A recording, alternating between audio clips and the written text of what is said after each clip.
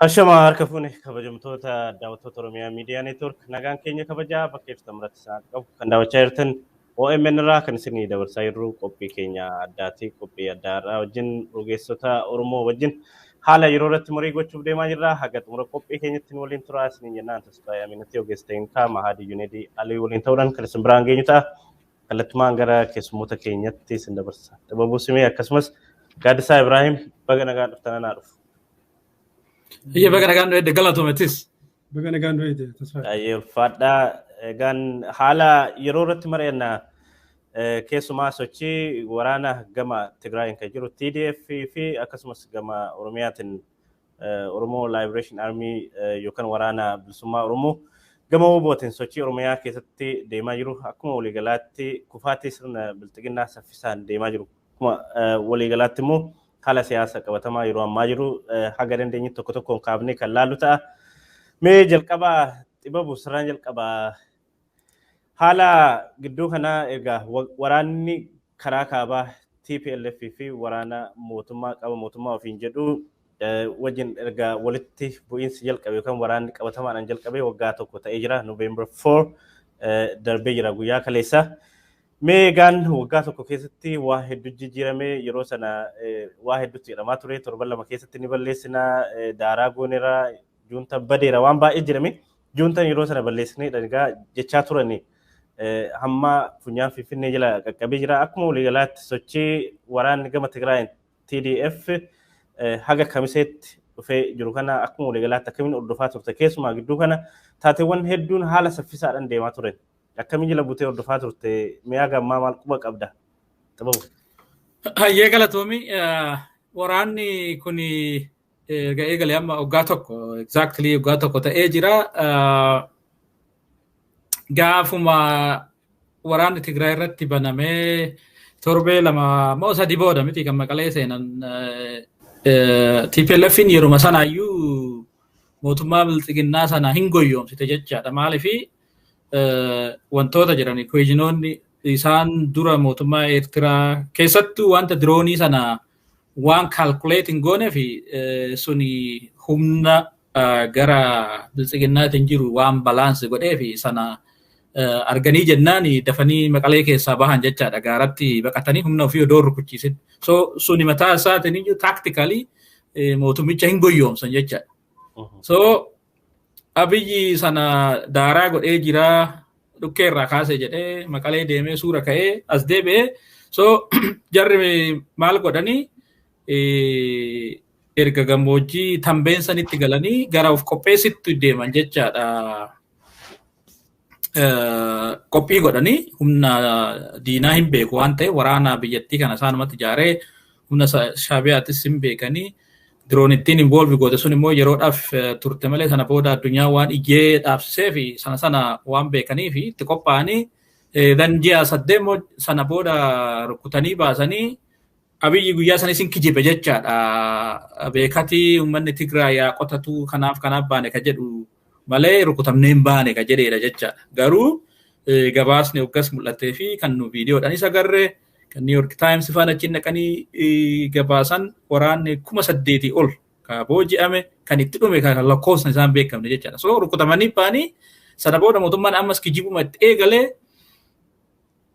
lafti numa qabamaa tactically yookaan immoo toftaadhaan jala duubatti deebine malee hin gadhiiste jedhanii sana booda yeroo sana TPLFin akka malee waan mudditeef sodaatanii jennaan nama dadammaqsanii jechaadha miira keessa galchanii yeroo Oogustii keessa ijoollee guuran kana jechaadha.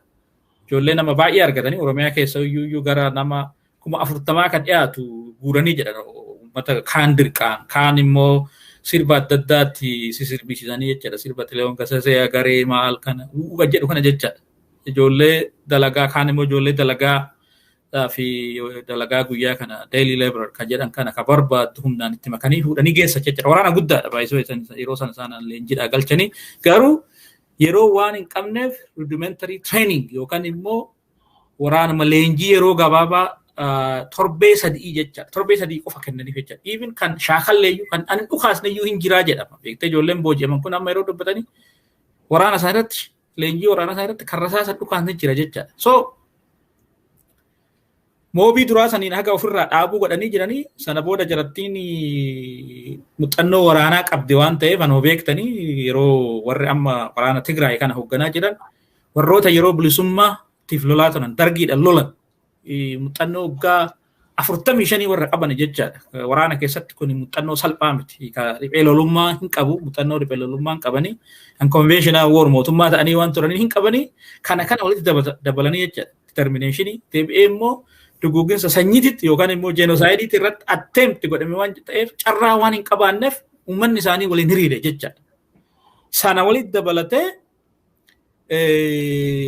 waraana biyyattii kan leecalloo guddaadhaan, kan maallaqa guddaadhaan, kan gargaarsa guddaadhaan deeggaramu kana cabsanii amma sadarkaa kana gahan jechaadha. Amma dheengaddu dhiyoo kanaayyuu gaafa waldaan qabamtee jechuudha yeroo darbe san keessa Ogastiidha moo yeroo qabame san keessa waldaan illee hin qabamne jedhanii sobaa turanii ammas daseen hin qabamne jedhaa turanii kombolchis akkasuma jedhaa turanii jarri garuu tooftaa waraanaa yookaan immoo lafa Biraanuun nuyi dubbatee jira waasa irratti baay'ee Biraanuun was honest Jeneraal Biraanuun jecha lafti haadhaa jedhe jecha jarri sana waan beekaniif gaarreen qabatu kun immoo waraanni mootummaa kun immoo karaan gadhiisu beektee kunoo jiraami kaan warri Amaaraa kun warroo faannoo maal jedhan liyyuu haayiliin kun suurumaaf dhaqa jechaadha suura ka'ee daandumarraa fi konkolaatuma kana yaabbatee jira rola jarri immoo lafa hin beekti durumaanuu yeroo akkumas sila dubbadde yeroo bilisummaa yookaan immoo dargiidhaan lolan sanis lafa sirrii waan beekaniif deemanii gaarreen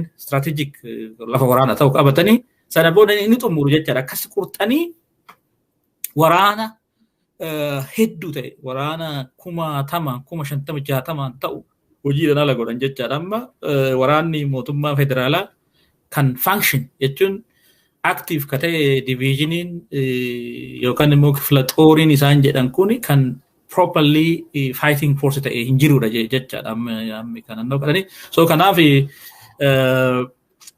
waraanni dhufee Finfinnee dhiyaataa jira jechaadha walaka Shawaa seenee jira asta Dabrasiina Dabra Biraan ga'u jira kanaaf amma garri itti post Abiy yookaan biltsiginnaa booda maal ta'uu danda'a kan jedhu agargaa jirtanii addunyaan sana haasa'aa jira so sadarkaa kana geenye jirra jechaadha amma maal ta'e tole hayyalatoomi mega ammatti kan TDF irraa gama waraana Tigraayin kan jiru haasa'aa jirra gara kan keenyatti keessumaa sochii waraana bilisummaa Oromoo gochaa jirutti deebina haa ta'u hedduu galatoomi xibabu gara gaaddisaatti dhufa gaaddisaa ta'u akkamiin argaa jirta keessumaa gidduu kana muummichi ministeeraa Abiy Ahmed erga daseen to'annoo TDF jala galtee akkasumas sochii gara kamiseetiin jiru wal qabatee ibsa tokko baasee ture Abiy Ahmed namuu waan qabuun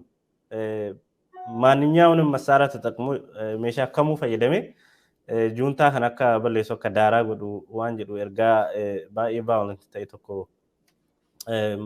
fuula Facebook isaarratti maxxansee jira gama mootummaatiinis miidiyaa state sponsored kan ta'e miidiyaa isaaniitiinis dabarsee jira kanallee guyyaa har'aa kan guyyaa kaleessaa kan argine Facebookin akka delete godheedha wanti kun jeequmsa uumaa biyya keessatti walitti bu'iinsa uuma jechuudhani akkuma waliigalaatti sochii waraanni TDF yookaan waraanni Tigraay gochaa jiruu fi kufaatii gama mootummaatiin guyyaa guyyaadhaan saffisa ariifachiisaa ta'e mul'ataa jiru akkamiin jala buutee hordofaa jirta hagam maallee maaltu jira gama keetiin galatoomi tasfaa'ee duuba waamichi amma Abiy Ahmed waanuma qabdan qabadha ulees ta'u dhagaas ta'u yoo qawwee caccabaas qabaatan shugguxis yoo qabaatan waanuma qabdan qabadha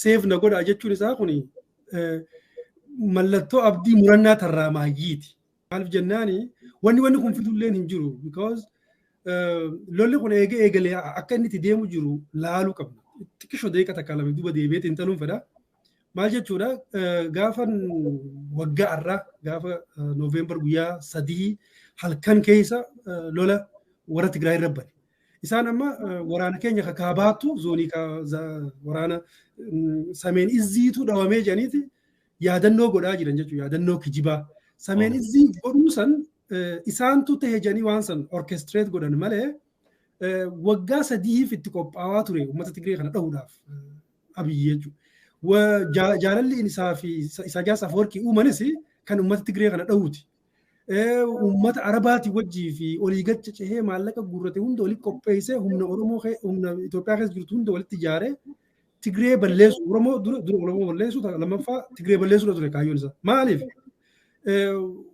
إثيوبيا إني جارو فدوف أمة نقولي ندور أبتاج إياد كيساتو أورمو في تجريتو غير فدراليزمي خناتي أمانة جرا فدراليزمي خلي تشمسو فداني إيرت بيجوا برباجة تو خافلو فدان كانوا بيجا أمة أورمو رد دروبو بيه جوار فايدة أجانو فا أجهزة كيرو أورمو كمالك كامتو أجهزة هيدا غورة إرجع أورمو كابناي سجى راغوته بودا غير ورك كابادة ميجو لولا خنا إسيتو إنسايد قول November 3 izin Kenya kaba duba na meso because world war karga gesa se tigre bitato na madura warren garte amarada generalon lisani poinet waan da fitanet waan kana jalqab ne jechu khanaf ergasi no ummat tigre khalati yakka dalagan yakka lamma yakka diitta mirgedal nama guddara gota منوكسي أمتا سدتما نت قرن تقرأ خيسة تيجو نما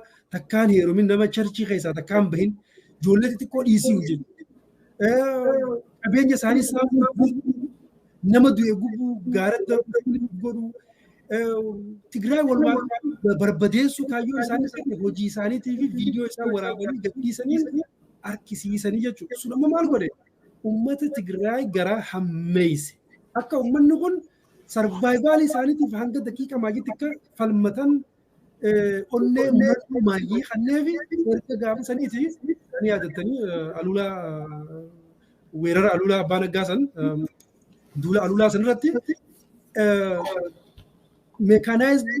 waraana meekanaayizd ta'e Itoophiyaa 8 ol hojii ala godhan. Waraanni gaafas hojii ala ta'e suni waraana Itoophiyaa kan muuxannoo qabu kan waggoota dheeraa qabsoo keessa ture waraana jabaa Itoophiyaan qabdu ture jechuudha.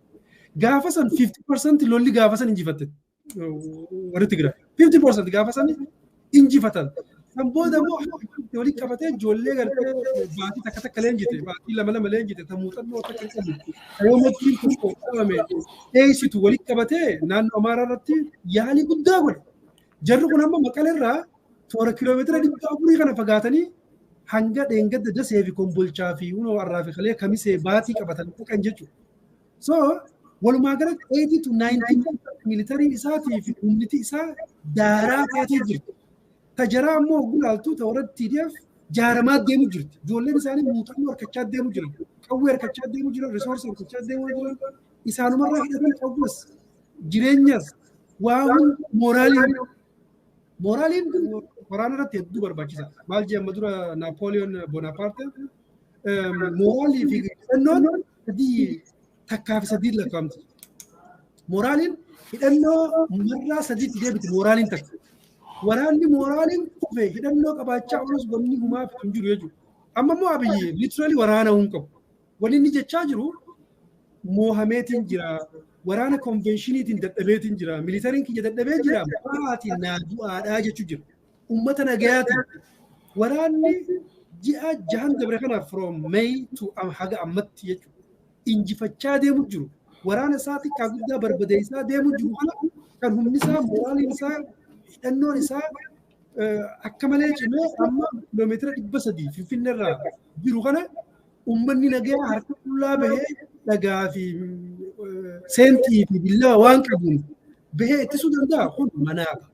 Manaaballee manaaba gartee naayitmeerii badaasanii malee manaaba hiikaa qabullee miti jechuudha. Kanaaf lolli raawwatu namni siyaasa hubatu namni adeemsa lolaa hubatu lolli ammaa kun raawwatee jira. Wanni hafe Finfinnee qabachuu qofa. Bakki biraa bakkitti gartee jirru kun itti dhaabbatu ta'an jiru jechuudha. Gama biraatiin ammoo waa'ee OLA tirree pikchara keessa fiduu dandeenya bakka kanatti. Because ittiin fufamoo gaafii biraa qabda saniif. Gama waraana bilisummaa Oromootiin bal'inaan haasofna. Itti deebina. Kanaaf lolli kun literally namni waa arguu danda'u namni siyaasaa xiinxaluu danda'u afaan isaaniitiin illee dubbatanii jiranii 90% 80 to 90% waraana isaa burkuteessanii jiran sanuu waraana ji'a takka takka leenjii jechuudha. Amma booda labsii hatattamaa labsee uummata ammallee humnaan kaafee jechuudha.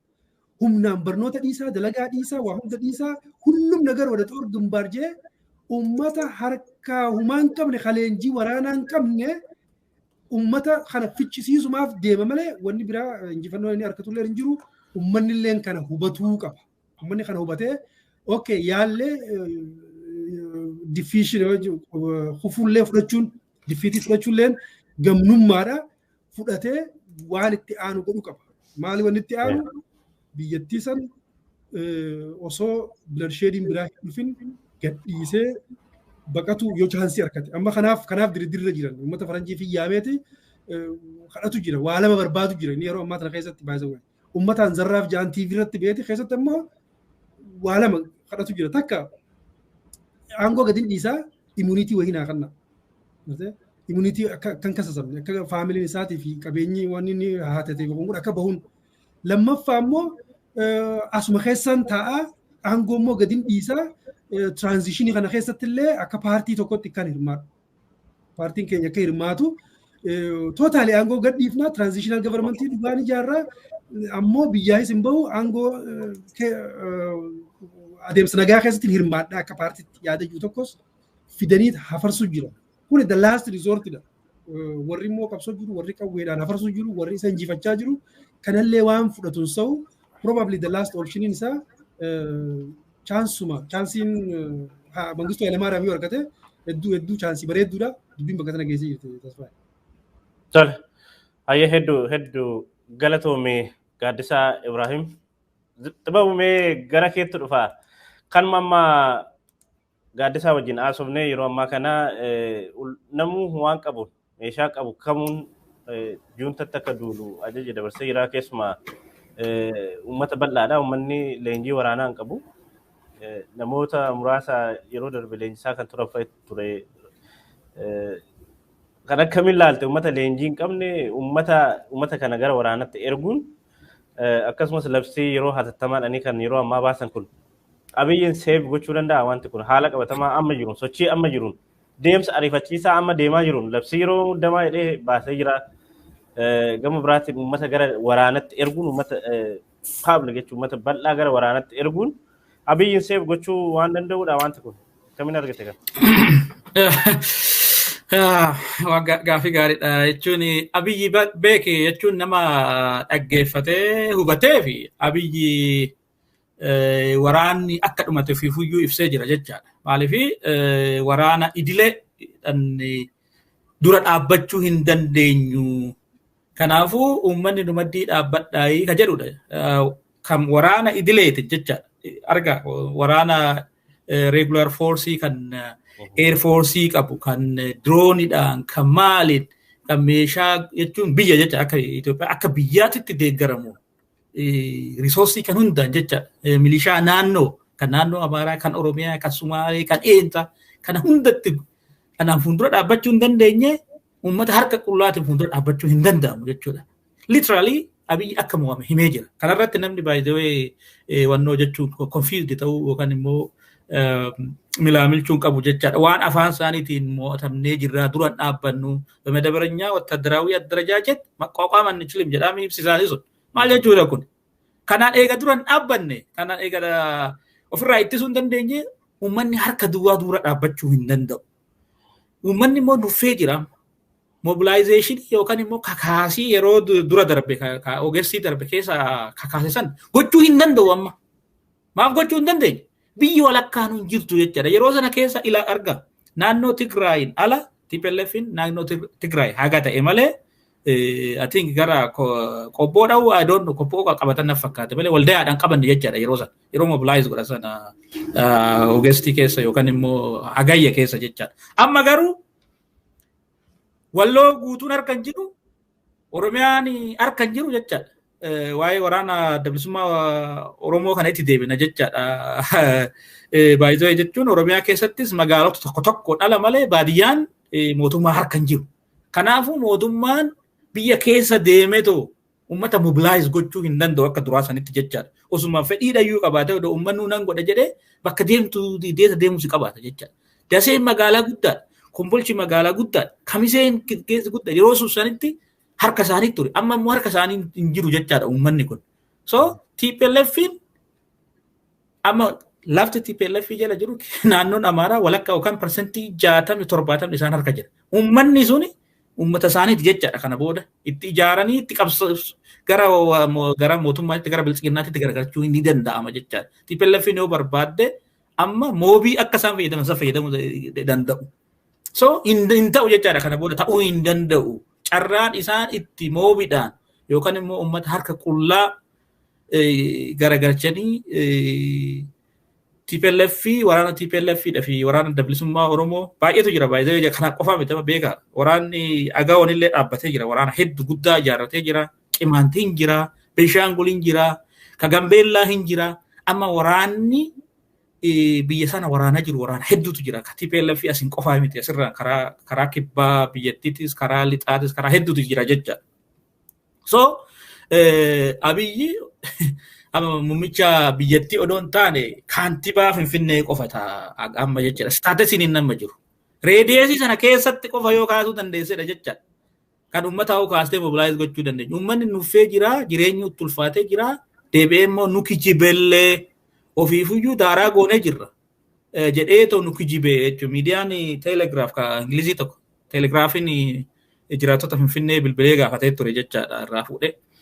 Waraanni already as ka'ee jira kana booda wanti goonu hin jirru nu kijibee daaraa goonee jirra deebi'ee armii yeroo gaafa yaadattanii miti gaafa masqalaa waan inni dubbate Gondar deeme yaadattu waraana waggaa 100 keessatti ijaarree kana booda juntaan shaakallii keenya ta'aa jedhe Air Force waggaa 40 keessatti ijaarree shaakallii keenya ta'anii jedhe warri juntaa kun. So hin kijibe jechaadha. Abiyyi jechuun nama gowwaa nama superficial nama waa xiqqoodha yeroo sana keessi galee amma namoonni akkasitti yaa'ee dhaqee waraana yookaan kaan humna maal godha sana waraana jabaa miliyeenan ijaaree jedhee keessa yaada. Beektee namtichi jechuun clinically insane baay'ee namichi rakkoo qabaachuu illee danda'a jedhee yaada. So amma labsii hatattamaa maalumaan enforce goota yoo ta'e jechaadha. Finfinneetti yoo nama Finfinnee keessa jiru yoo dararte naannoo Finfinnee sana yoo dararte dhala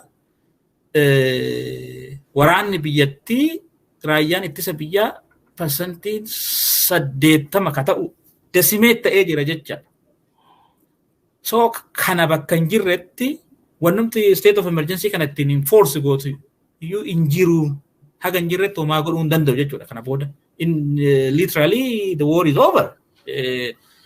Namni illee kakaasuus hin dandeechu namni hamileen cabee jira hamileen namaa jechaadha kijiba isaatiin kakka irraa namni yannoo cidhee jira amma haasaa deengada ministeerra ta'u walitti qabee haasaa isa hin agarte miti naa galaa ciqqataachuu gabaanyaal midhaan jedhee kadhata beette nama jechuun wannoo godhu akkuma durallee badina jedhaan beeka baay'ee sana namni harkaa facaati mootummaan harkaa facaati jedhee raawwateeti hamilee wayii itti uume ofii waan hafte kana booda manni maal godhaa qabeenya biyyattii waan hafte sassaammatee baduudhaa fi qophii godhuudha jechaadha. Achirra haasaatti illee dubbate gaafa yeroo kaanii warri alaa kun yeroo baay'ee naa bilbilaa amma garuu naa bilbiluu didanii jedheeti. Metaaforii isaa maal inni negotiationii barbaade jechaadha akkuma gaaddisaan jedhe.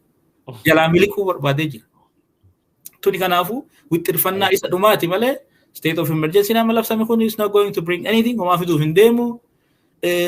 Mass mobilization yookaan immoo uummata kakaasiin sunillee umaa hojjechuun deemu amma odeeffannoon biyyarraa lafarraa qabnullee akkasuma jechaadha namni warri Amaaraa kanaayyuu nagartee aktivistoonni isaanii jechuudha. Tuuf jedhanii warri duraan Finfinnee keessaa juntaa awwaala maal jedhu sun namni takkittiin Facebook irratti gadi bahee barreessu hin jiru. Sodaatee jira jechuudha. Balbala gahee jira kaa. Jarri durumaanuyyuu jarri kun beektee individualistiidha nama jechuun jiraa miti yeroo waan fedhii ofii guuttachuudha.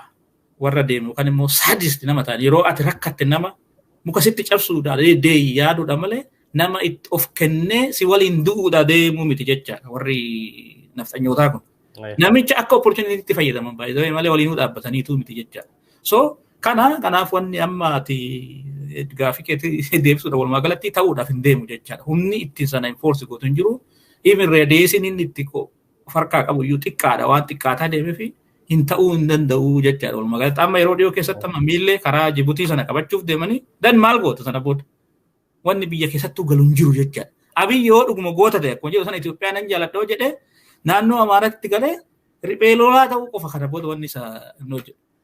So miillee qabamtee cufnaa yannoon hin beeka sana sirriitti beekuu da ibsa gaaddisaan argeedha miti hin beeka karaa baaburrii fi eessa Jibuutiidha waan galte sana jechaadha lifeline biyya sana so kana galto. Tol hedduu galatoomii Xibabu. Mee gaaddisaa gara keenyatti mee adeemnu waan TPLF kana yeroo adda addaas dubbachaa turre ammas aga tokko haala qabatamaa keessumaa waraana kaabatiin gara Finfinneetti imalaa jiru.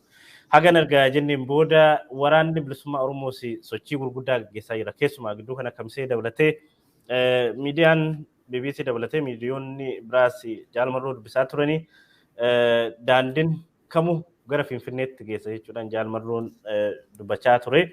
Yeroo ammaa kanatti sochiin gama waraana bilisummaa Oromootiin jirus bakkeewwan garaagaraatti lolli jajjabaan sirnicha wajjin akka gaggeessaa jiran kan hubachuun danda'ame. Gaaddisaa mee haala waraanni bilisummaa Oromoo yeroo ammaa kana itti jiru maal fakkaata? Akkasumas haala qabatamaa amma deemaa jiru saffisa amma deemaa jiruun waraana bilisummaa Oromoo jabeessuun wajjin dhaabbachuu fi imala gara Finfinneetti waraana bilisummaa Oromoo gochaa jiruu fi itti deemaa jiru. Akkuma waliigalaatti akkamiin argitee jirta asirratti bal'ifnee gama uummanni keenya maal gochuu qaba qeerroon maal gochuu qaba waraana bilisummaa Oromoo qofa warra hidhatee bosona akkanas ba'aa jiru kana teenyee eeguu qofa moo qeerroon keenya maal gochuu qaba keessumaa muuxannoo bara Oromoo protestii wal qabatee yeroo ammaa kana akkamiin waraana bilisummaa Oromoo gargaaree utubnee sochii imala gara Finfinneetti deemaa jiru saffisa TDF itti deemaa jiruun olitti waraana bilisummaa Oromoo bakka islaamummaan Oromoo yaaduu barbaadu akka ga'uu fi maal gochuu qabna waan jedhu kanatti xiyyeeffannee haasofnu gaaddisaa gara keetti fida. Galatoomii Tasfaayee daqiiqaa sakandii 30 waa'ee lola kaabaa kanan xiqqoo dabruu fedha bakka waan seeftee jira. Waan haftee jira. Importansii daseetii fi kombolchaatiin xiqqoo fedha seenaa Itoophiyaatiin wajjin wal qabee jechuudha. Lolli Itoophiyaa keessa gaggeeffame gurguddaan hundi warri dasee fi kombolchaa tana qabatan sanii ol lafti lafa gaaraati lafa istiraatiijii lolaatiif hedduu taatu sanii olitti lolli bubbuluu ni danda'a tutturuu ni danda'a.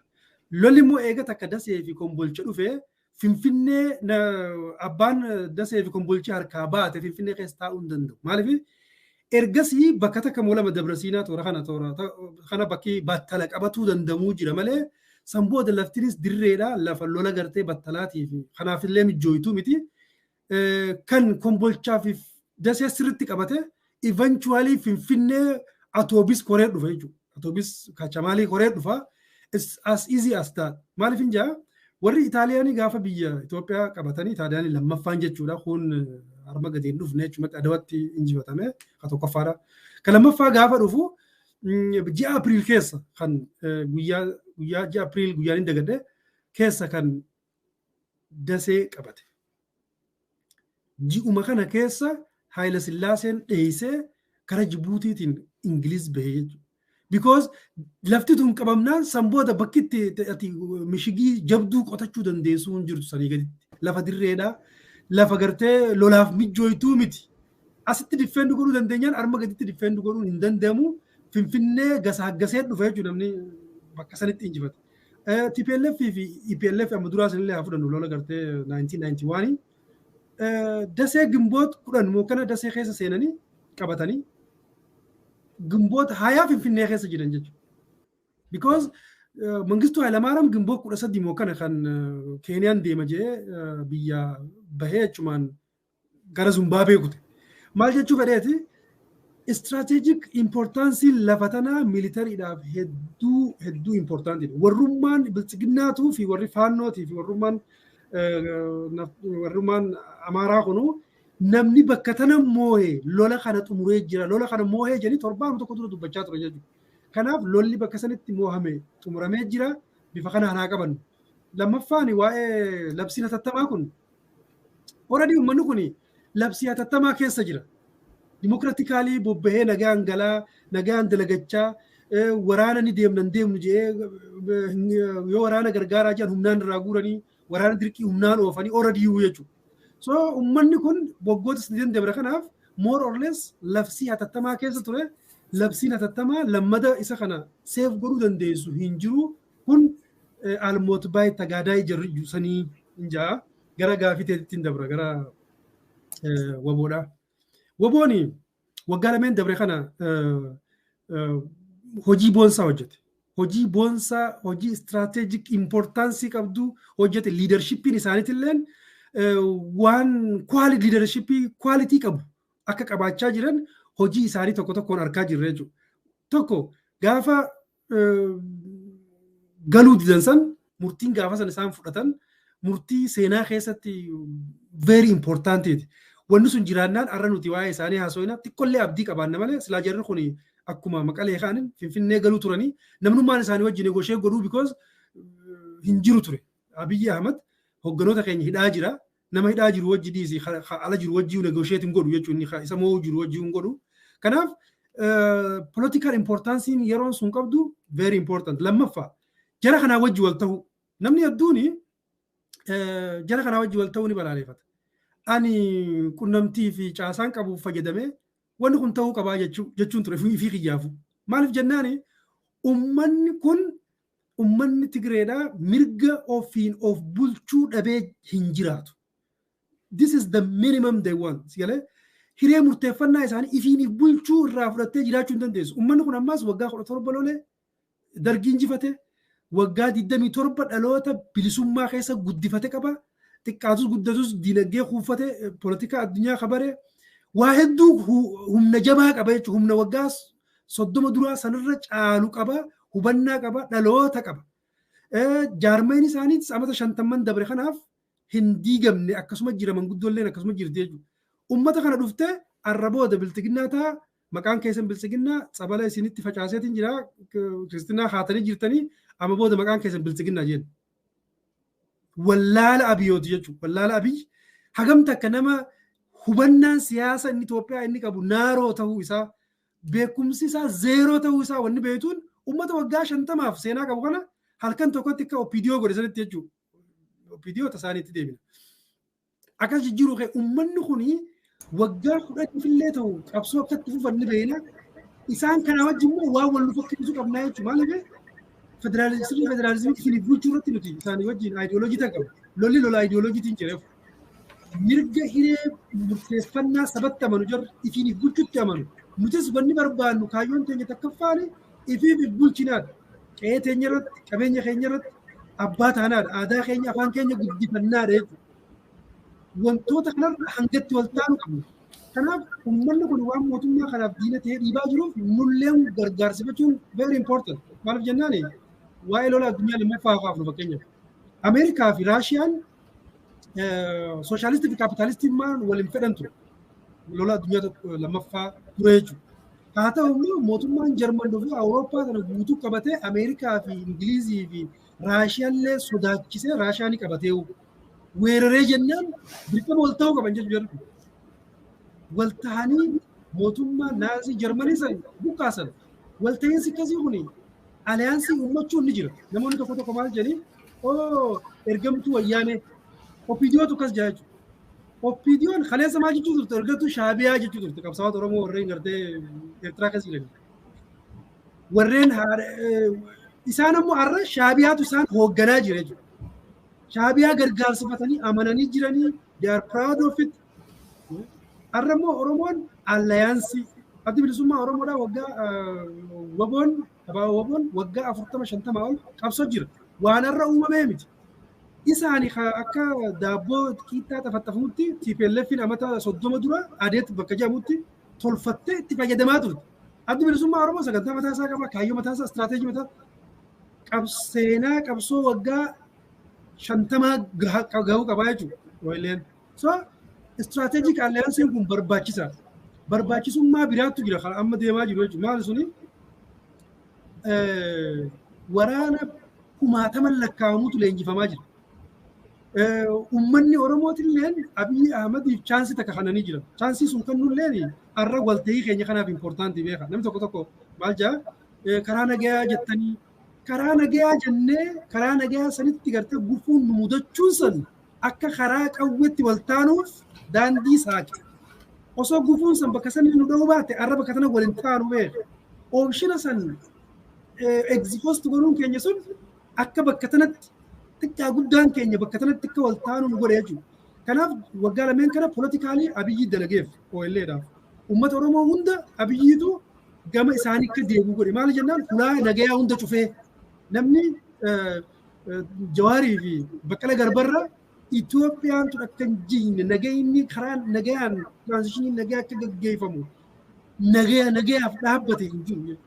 Uummata san hidhaa kaayeen qawwee malee karaan biraa kan jirre isatu jala sararee murteesse. Ergasii immoo hoogganni amma jiru Marroo fi Gammachuu Booyyeefaan itti fayyadamanii namoota 10,000 lakkaa'amu leenjisanii amma wanni tokkoon dubbise torbaan dabre keessa European Union baasee classified information maal jedhani TPLF lafa bal'oo kasossohaa jiru baadiyyaa bal'oo harkaa qabu OLA dha jenna. Territoriin inni qabu territorii TDF harma harkaa qabu dabilii caalaa magaalaa gurguddoo qabatee mechanized hin tahin malee lafa baadiyyaa guddoo harkaa qaba. Uummata irraa illee simpatii harkatee jira. Jaaniiti gabaasaa jiran jechuudha. So amma magaalaa gurguddoon qabamuu dhabuun Naqamteen Amboon qabamuu dhabuun OLN yookaan immoo waboon akka waan hin jirree yookaan immoo homaa godhutti hin jirree fa'aa nama yaadu jira. Istiraatejii jijjiira jira.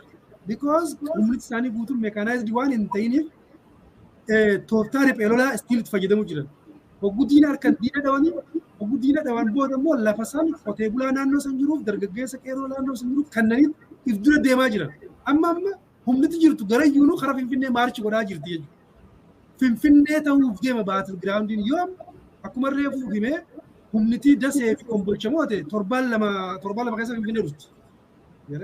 Seenaa dabartee irraa gullaa. Kanaaf bifa kanaan jala qophaa'uu jiranii hojii guddatu hojjetamaa jira. Har'a yoo Shawaa keessa bilbiltee gaafatte Wallagga dhiisi kibba even Harargee galgala kana maal dhaga'u jira poolisiin Oromiyaa namoota 10,000 lakkaa'amantu jooyin godhaa jira jechuudha. Because yeroo nama tokkoffaa isaanillee mootummaan kun irra jigee wanjalanyaa ta'anii qaqqabamanii hidhaa seenuu qabsaawanii lubbuu waan keessatti haftee kana keessaa fuudhuu isaanii barbaachisee jiru. Ni dheeresse? Samaraa inni naabe. Maal godhuu qabna waan juutti hin dhufa.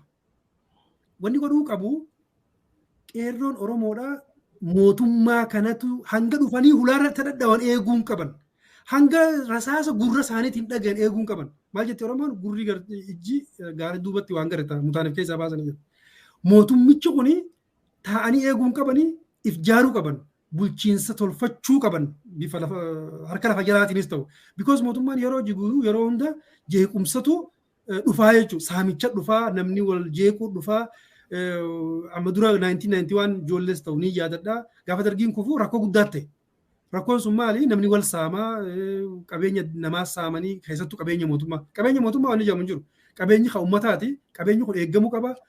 Namni akka wal najjeefne akka wal miine godhamuu qaba. Kanaaf ammoo ammatti qophaa'uu qaba qeerroon. Qeerroon bakka jiru hunda aanaa fi ganda jiru hunda keessatti bulchiinsa yeroo tolfachuu danda'u qaba. Amma gaafa dubbiin hundi wal bira kuttee miti. Amma gara biraatiin ammoo warri qawwee harkaa qabdu. Oromoon qawwee harkaa qabdu qawween kan uummataati. Atis qaama uummataati.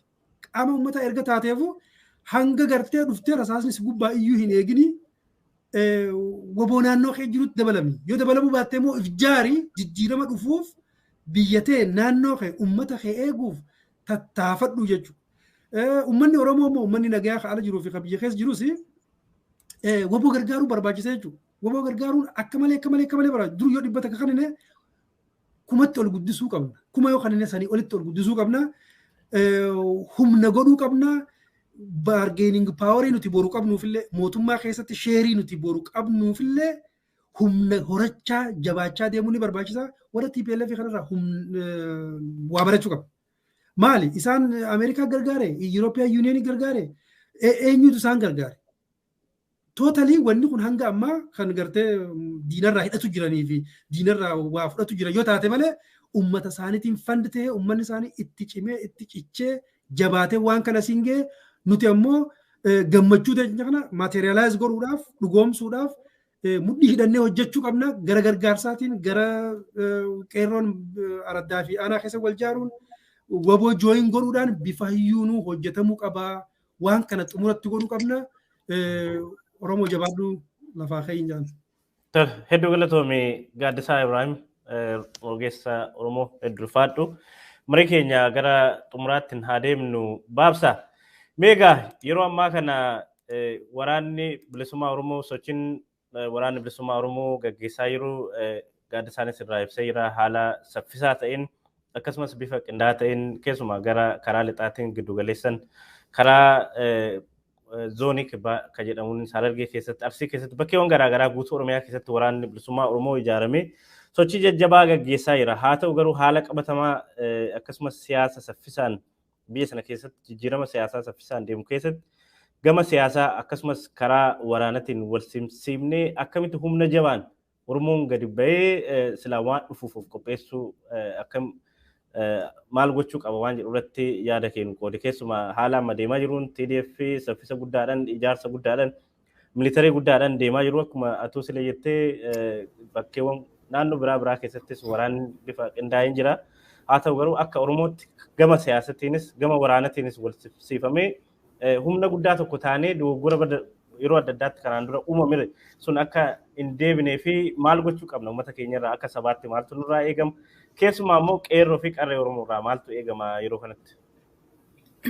Ayya galatoomi amma silaa ka deemaa jiru waraana waan ta'eef wanti karaa nagaa godhamu waan hin jirreef uummanni keenyas waraana ofii deeggaruu qaba jechaadha. Bu'aa jechuun waraanni adda bilisummaa Oromoo kan woboon lafarratti fide Gaaddisaan dubbatee jira waan mul'atudha nusi hin dubbisnaa wantoonni Awurooppaa Yuuniyeeniin barreessallee Gaaddisaan jedhee argee jira. So walumaa galatti lafarraa namaas gaafannee hin agarra jechaadha. Wanni waraanni adda bilisummaa Oromoo guddaan inni godhe keessa Oromiyaa keessatti caasaa bilxiginnaa dadhabsiisudha jechaadha. Akka faankishin hin goone godhee jira jechaadha. Opidiyoon akka barbaaddetti dur baadiyyaa keessa deemte amma iskeelii ishiin itti nama ajjeesuu dadhabuu irra nu hubatama jechaadha. Akka ishiin hin goone caasaa ishii balleessanii jiru jechaadha. Bifa riphee lolaa guddaa ta'anii jechaadha. Of course waraana Tigraay walitti yonnoo jechuun dandeessu yeruma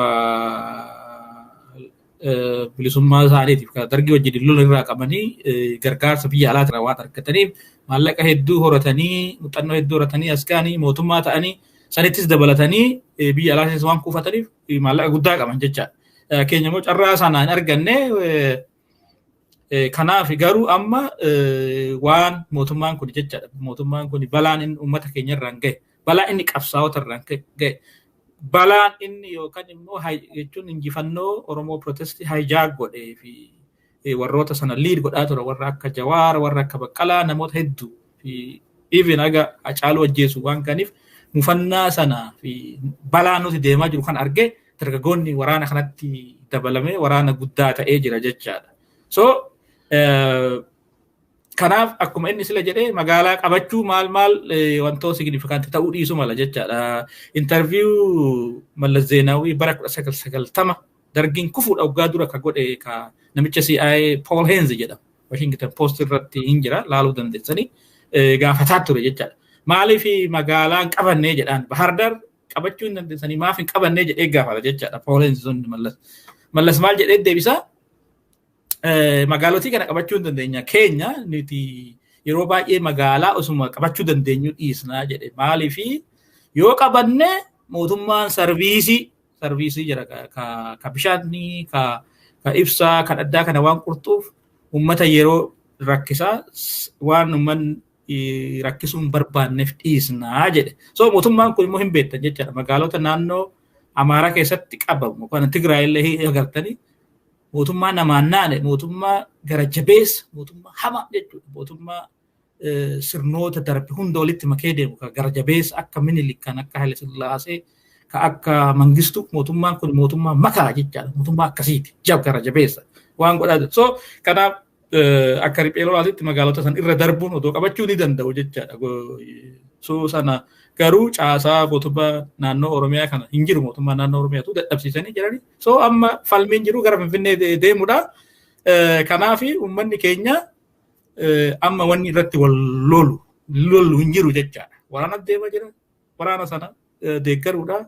Warri itti makamuudha. waraana biyyattii keessas ka jiru kan hafe jechaadha. Kan hafe yoo jiraate dhaqee itti makamuudha. Poolisiin Oromiyaa illee akkas godha. Kanaaf boruus taanan sana booda gaa mootummaan kuni gara fonqolfamee booda yookaan mootummaa sirni kun jigee booda illee wal fuuldura dhaabbachuun hin barbaachisu jechaadha. Waan sanarraa barachuu qabna. Gara mootummaan ce'umsaa yoo dhaabbate namni keenya sagalee tokko waliigalee jechaadha. Paartiin adda addaa jiraachuu mara laakilii amma paartileen jiran guddaa kan ripirezentii nu godhuu danda'an OFC'dha. Woboo adda akka adda bilisummaatitti I don't know waliin jiraatiif beeku garuu akka lachuu isaan marraan godhaa jira. Sana kana walii galanii wanti hojjechuu hin danda'ama jechaadha. Oromiyaan guddaadha. Kanaaf amma wanti jiru qabsoo hidhannoo amma jiru ofirraa qolannaa waan nuti deemu kana hundumtuu waan danda'u godhuudha jechaadha. Qeerroon wanta adda wanta baay'ee godhamuu danda'a. Nyaata dhiyeessiin ta'uu danda'a. Wantoota odeeffannoo kennuudhaan ta'uu danda'a. Sochii diinaa jechaadha. Amma wanti karaa ittiin cuftus hin jirtu jechaadha. Diinnu diina hamaadha. Diina si ajjeesu, diina si nyaatu jechaadha. Baay'ee Oromoon diinni akkanaa Oromoo qunnamee hin beeku. Baay'ee seenaa biyyattii sana keessatti. Diina hamaa annu keessa ol madde jechaadha. Kan qe'ee keenya keessa beeku. Kan afaan keenya dubbatu jechaadha. Diinoliitiin kan dura turan afaan keenya illee hin beekanii. Eenyummaa keenya hin beekanii. Kuni garuu afaan keenya dubbataa nu fakkaataa. Itti dabalatee immoo akkasuma jettan OPDO gara dole kan homaa hoomtuutti hin dhaga'amne jechaadha. Ka carraa argattee carraa sana bishaan nyaachiste. Ka abidda itti naqxe jechaadha. OPDO jechuun ammallee waa biraa dhiistee jechaadha. Warri naannoo Amaaraa akka Tigraay kanatti humna mataa keenyaa kan Amara Defense Force ijaarrannee lolatti fufna jedhee akkas tattaaffii akkasii godha. OPDO'n garuu waan deemuu kan hin beekne kan homtuu hin galleef ammallee boru TPLF yookaan warra dhufu dhaqee simadha jettee hayyaaddu jechuudha. Ta'ullee hin danda'u kana booda baay'ee. Maaliif jarri kun uummata Tigraay irrattis uummata Oromoo irrattis genocide attempt godhanii jira. Duguuginsa sanyii raawwatanii jiru. Ka Tigraay ka international recognized ta'edha. Ka Oromoo monuu hin beekne jechaadha. Nama isaan maneedhaati baasanii ajjeesan namoota guyyaadhaan adda baaba'itti rashanan waan hedduu dalagan jechaadha. So carraan isaan kana booda itti gaafatamummaa jala bahuu danda'anii jiru. Wannoo jennee barabbarree ka dhufu simannee fuufna jechuun hin danda'amu. It's impossible ta'uu hin danda'u kana booda. Maaliif dhiiga baay'ee dhangalaasanii jiru jechaadha. So OPDO'n sani carraa akka waan akkasii barbaaddi waan gootuun beektu.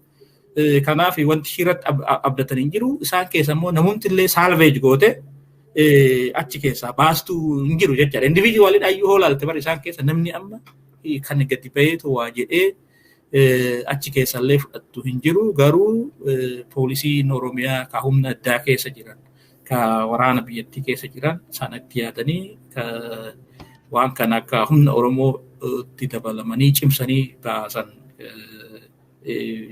itichan godhan jedhee yaannaa karaa kiyyaan kanamaa dhumarratti wanni na jedhu barbaadu Abiy Ahmad kan kufe gaafa Oromoo gane jechaadha. Gaafa nafxanyoota kahomaa jijjiirama dhufe san keessatti gahee tokkummaan qabu ka akka Billanee Suyyum kan akka Geediyoon Ximootiyoos warroota akkasiitiin gaafa ummas Daani'eel Kibrat warroota ummata keenya duruyyuu jibban nan na gaafa sana namoota sanii walii of marse inni gaafa sana kufe gaafa inni jara keenya ganee qabsaa'ota Oromoo ganee injifannoo Oromoo hijack godhee even namoota waliin qabsaa nama akka Lammaafaa akka hiree ofii dabarsee kenne gaafa namoota sana gane gaafa Jawaarfaa hidhe gaafa Baqqalaafaa hidhe gaafa Caaluufaa ajjeese kufe jecha gaafa sanii qabee kufe baay'ee namni kun deebi'ee immoo Lammaffaa gaafa Tigraay irratti dhaqee waraana ban waraana Eertiraan biyya of dandeenye biyya bilisummaa biyya independent taate biyya sovereign state dhaqee biyya ofii waraana jechaadha. Jaalannu jibbinus Tigraay biyya federation member jedhamudha. Miseensa federation biyya sanaati waan ta'eef kana gochuu mataa isaa riiziniidha. Sana namichi kufaatii isaa inni yoo haasofne baay'eedhaan baay'ee wal lafa godhuu hin dandeenya namicha maraataa kana galatoomaa jedha. Hedduu galatoomii. Dababu meegaa marii keenya gara dhumaattiin haa geenyu gaafii kiyya sababii yerootiin fixadhee jira gaaddisaa mee garuu daqiiqaa tokko yookaan daqiiqaa lama akkuma walii galaatti keessumaa poolisoonni Oromiyaa gidduu kana hedduminaan gara waraana bilisummaa Oromootti makamaa jiru. poolisoota Oromiyaa miti xabamuun amma dubbatee jira. Dabballoonni mootummaas harka mootummaarraa kan nyaachaa turan uummata keenyallee yeroo garaagaraatti warri miidhaa jirantu jira. Mee egaa yeroon kun yeroo dhumaatee waa hundi mootummaan kun ariitiidhaan kufaa jira. Jijjiiramni karaa hedduun biyya sana keessatti mul'ataa jira ammayyuu. Ergaan yookaan dhaamsi poolisoota Oromiyaatiif akkasumas namoota qaama mootummaa keessa hojjetan security garaagaraa keessa hojjetanii fi dhaamsa yoo qabaatte carraa kana si kennee yeroo biraa immoo bal'inaan itti deebina. Dhiifama ayyaamatti fufi. Dhiifama bareeda tasfaa. Akkuma nama reefu jeetti Oromoon Abiyyi aangorra yoo ta'e Oromoon wanni isiin dhabdu hin jiru. Waan harkattuu jira malee. Kana keessa 100% confusion keessa bahuu danda'uu qabna. Oromoo jechuun afaan Oromoo dubbatuu qofa miti. Aadaa fi hooda keenya beekuu, ganda keenya dhalachuu, obboleessa keenya, fira keenya irraa dhalachuu qofa miti. Oromoon kaayyoo qaba. Kaayyoo takka lama sadii jedhee beeka. Kaayyoo tanarraa nama maquu nama san intarastii politikaa intarastii Oromootiif gaarii miti jedhee fudhatu Oromoo yeroo hundaa'u. Kaayyoo sanirraa tokkoffaa fi isiin bu'uura akkuma reefu jetti ifiin if bulchuu fedha Oromoon. Wanni waggaa 100 qabsaa'ee fi ifiin if bulchuu fedha, qabeenya isaa ifiif guddifachuu fedha, aadaa isaa, seenaa isaa guddifachuu fedha. Wanni kun very important. Ifiin if bulchuu gaditti wanni Oromoon fudhatu hin jiru. Inni immoo Abiyyi waan kana balleessuu fedha.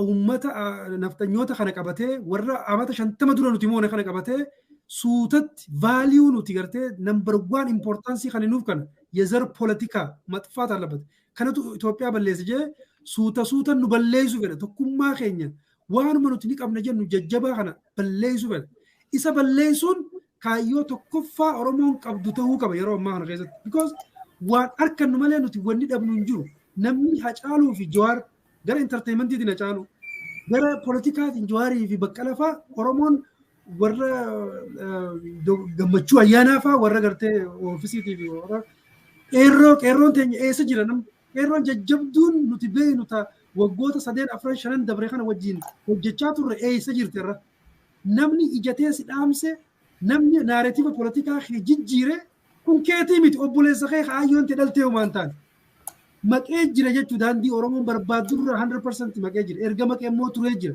kanaaf waggaa 8 dabre kana irra qabsaawaa jirre Oromoon yeroo arkatte wallola TPLF fi TDF fi Abiyyi kam jeetiin ibsa beetaan haqa Oromoo rabbiin baasuuf jara kana wal dhabsiisee jira maaliif beetaa ani mataa kiyyatti jechuudha warri afaan Tigree dubbatu agaaziin baanan qawwee qabatee Finfinnee keessa jirtu isaaniin tumameetiin jiran mataa kiyyatti opiidiyoon dhiis yeroo meeqaan tam ummata nu nyaachaa bee nu tumaa nu ajjeesaa beesan isaan lameeniifuu dhiifama godhe Oromoon 2018 kana jechuudha isinis warri nyaattan aangoo erga gadhiiftan dhiifama isinii goone gala isinillee opiidiyoo warri gartee isaanii hojii waggaa 27 gartee nu jeesaa nu hidhaa waan hunda nu godhaa turtan okay numa rakkattan isinillee obboleeyyan keenya rakkoo biraan qabdanii jaruma kana isinirra taa'ee isin rakkise chaansii tana isinii kennine kursii tana isin jala qabna nu bulchaa jenneen ummata waggoota 27 fi 30 dabre kana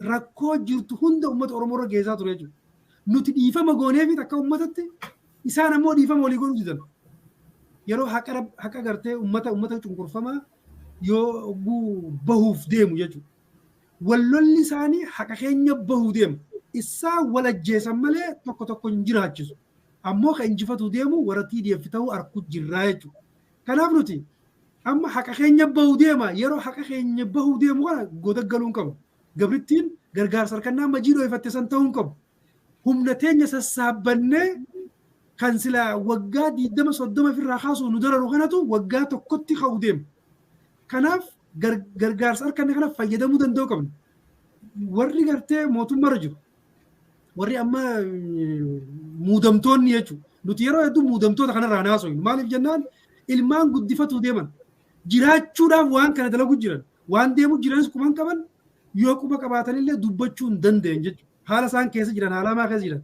kanaaf as gan amma immoo 11 hours sanarra jira 11 sa'aatii jaansan yeroo kanatti sababa guddisuu osoo hin ta'in gara qabsoo ummatatti deebi'uu qaban as garagalanii lakkii waan kana nuti amma akka wanni godhaa jiru kana jechuudha Dr. Wani Dr. Milkeessa Midhagaa. Amma as garagalee dubbatu jira. Bahee seeftii bahee biyya Ameerikaa kana dhufee dubbatu jira. Achi keessatti dubbatu dadhabuulleen waan tokko sanitti dhiifneetuma jechuudha. Isaan yoo ifa bahaniitillee waa dubbachuu dadhaban keessa wal jaaruu danda'uu qaban. Qabsoo dabalamuu danda'uu qaban. Qabsoo kanaaf karaa banuu danda'uu qaban jechuudha.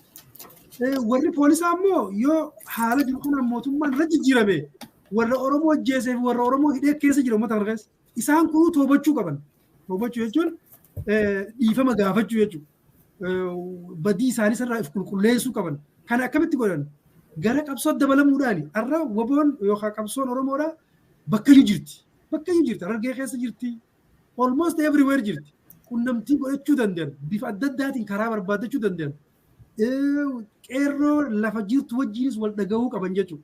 Oromoon warra isii nyaachaa ture, warra isii qorqaa ture, warra isii dhiifama gootee fi ammoo isaan dhiifama walii godhuu dideetu walitti deebi'e. Haqa keenya bahuu deema. Chaansii kana fayyadamuu qabna malee gargaarsa dhufe kana dura dhaabbannee mootummaa naftanyaa ka Abiyyi nurratti zalaalamiif gad hidhuu deemu kana lafatti jabeessuu hin qabnu yeroon ammaan jedhan. Hayyee hedduu galatooma rogeessota Oromoo Xibabuu Simee akkasumas Gaaddisaa Ibraahim maqaa daawwattoota keenyaatiin guddifnee isin galateeffannaa yeroo keessanii fi akkasumas mariin waliin gootaniif baay'ee galatooma ulfaadha. Hayyee galatoomatis. Hayyee fayyaa ta'a. Hayyee egaa kabajamtoota daawwattoota Oromiyaa Miidiyaa Neetwoork haala yeroo irratti keessumaa sochii waraana gama Tigraayitiin TDF jedhamuudhaan yeroo ammaa kana funyaan Finfinnee jala ga'anii jiran.